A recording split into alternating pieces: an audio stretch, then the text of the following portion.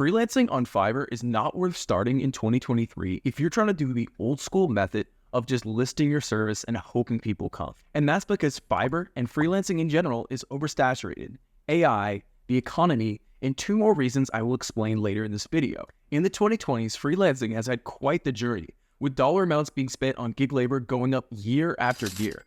Businesses like Upwork and Fiverr have continued to grow as marketplaces and job boards for the burgeoning freelancer community. Fiverr's platform has seen continuous growth since its inception in 2010, expanding from offering a variety of digital services to encompassing a wide range of freelance work categories. In 2021, Upwork reported a gross services volume approximately of $2.5 billion, indicative of a growing trend in the freelancing sector. The gig economy and freelance marketplaces have been experiencing significant growth, with an increasing number of professionals globally opting for flexible work arrangements. While as of 2023, exact market share figures for Fiverr and Upwork in the global freelance market are not available, they are recognized as leading platforms in the industry. Many freelancers rely on platforms like Fiverr and Upwork to find work, with these platforms being popular among a diverse range of professionals for job sourcing.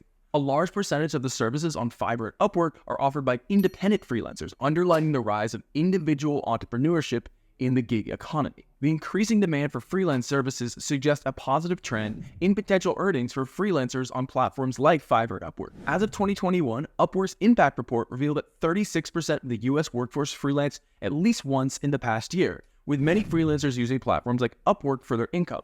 As long as people are buying services on Fiverr, then you will be able to make money selling services on Fiverr. To break this all down, there are three main types of freelancing you can explore.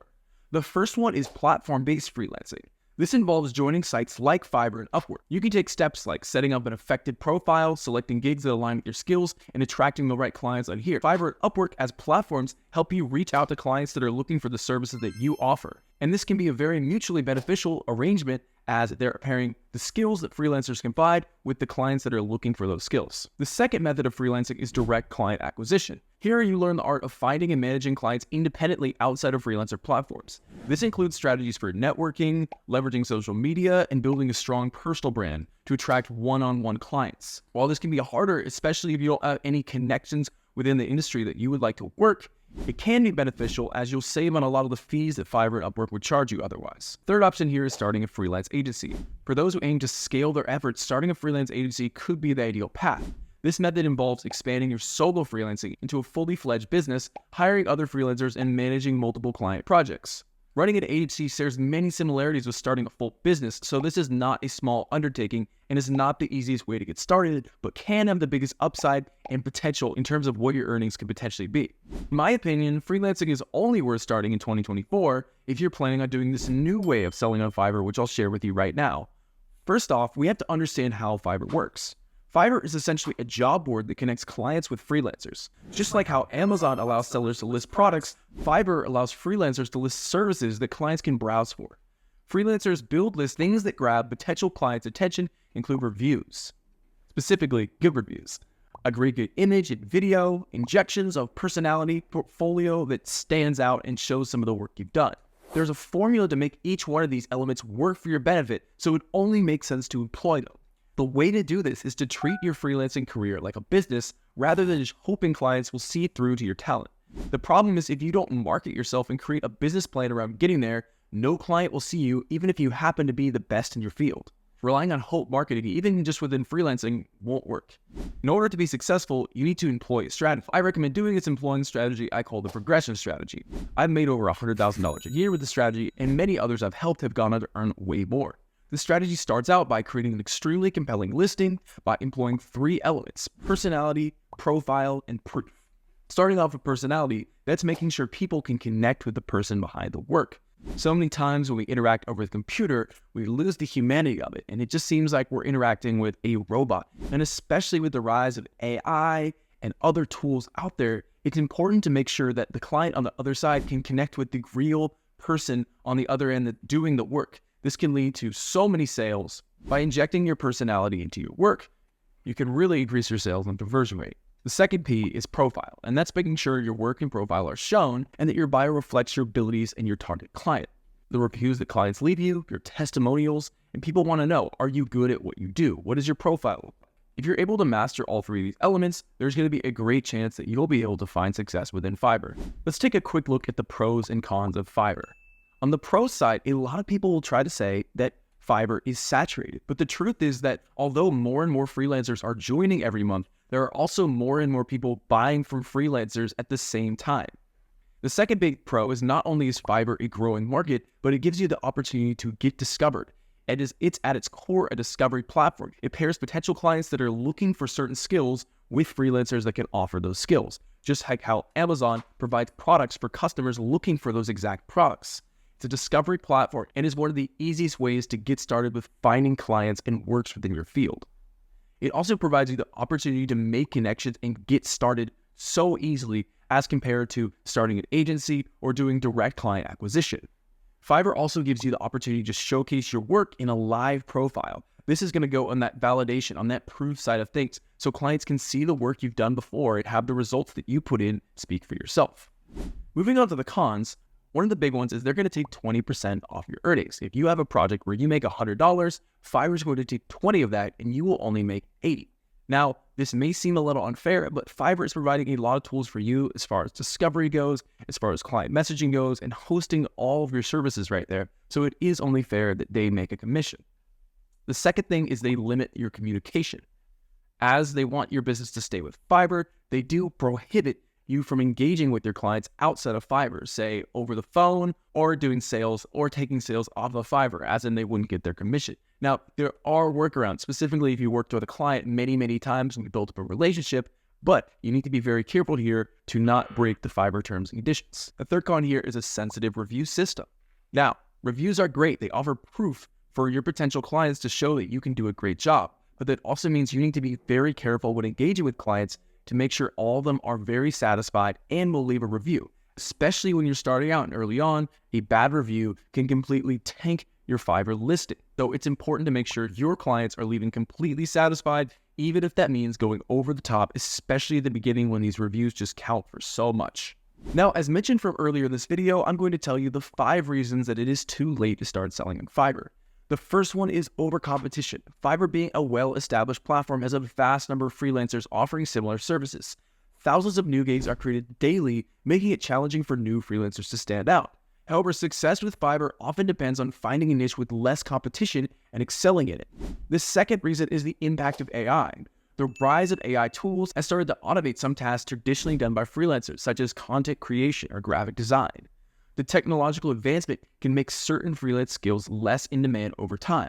However, AI has also opened up new opportunities for freelancers skilled in AI-related fields or those who can integrate AI into their existing skill set. A third big reason why it's too late is market saturation. Many freelancers on global platforms like Fiverr offer services at significantly lower rates, especially those living in regions with lower living costs. This can create a race to the bottom in terms of pricing, making it hard for some freelancers to compete while maintaining reasonable earnings. A fourth reason here is changing market dynamics. The freelance market is constantly evolving, with new trends and demands emerging regularly. Skills that were in high demand a few years ago might become less sought out after the market changes. Continuous learning and adaptation to the new markets are essential for success in freelancing. And then finally, the fifth reason, as I mentioned previously, is the quality and review system. Fiverr's review system heavily influences a freelancer's visibility and credibility. New freelancers might struggle to get their first reviews and ratings, which are crucial for gaining traction.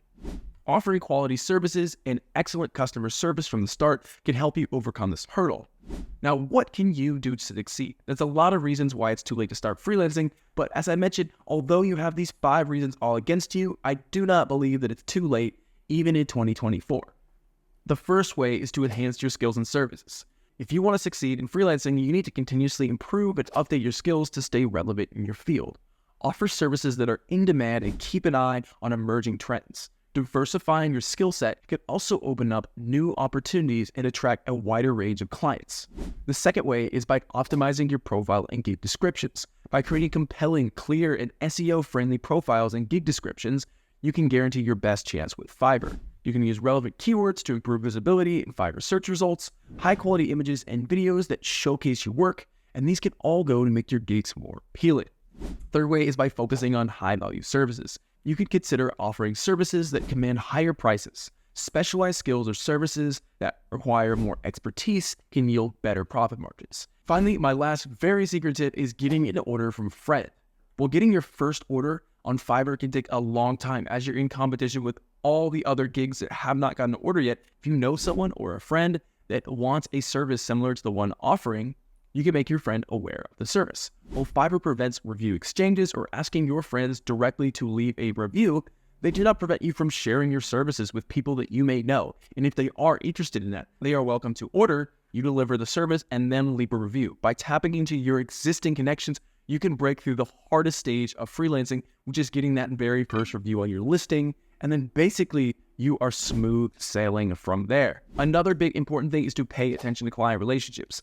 You can build strong relationships with your clients through excellent communication and high quality work. Repeat clients and referrals are valuable for sustained success. In fact, one of my very first customers went on to order from me 5 times more after that, which led to my first 6 reviews, all from the same customer. Another big tip is to address client feedback constructively and strive to exceed their expectations. Once again, when getting reviews, oftentimes you have to go over the top, especially at first, and just imagine this as part of the dedication as viewing your freelancing career like a business. Finally, it's important to stay adaptable and resilient. The freelance market is dynamic, so being adaptable and resilient is key. Be open to learning new skills and adjusting your strategies as the market changes. Stay informed about the latest trends and updates on platforms like Fiverr to remain competitive. Now, with all that being said, you might be ready to run at freelancing and dive right into it. But before we do, we should go over the 3 reasons that most people fail with freelancing. The first big reason is they list their service and just expect people will order. This is once again what we call hope marketing. You cannot rely on hope marketing with freelancing, just like you can't rely on it with a business, and you need a proven strategy to put in place to get you where your desired results will be. The second reason is they don't treat their freelancing career like a business. When you start a business, oftentimes you're investing a sum of money to get the business off the ground before you ever see a profit. And this is similar in freelancing. But instead of money, you're investing time on those first couple orders where you're making them less than you would like, but these go to invest in your freelancing career and getting you those first reviews, building your profile, and lead to your success further down the line. The third reason is they don't put effort into mastering and improving their skill. If you're interested in learning more, I have a free guide on how you can get started and make your first $1,000 freelancing. There's a link below in my bio, and I'm also available for one-on-one consultations if you want that extra step. If you're ready to get started working for yourself, achieving freedom, jump on it, and I hope to see you next time.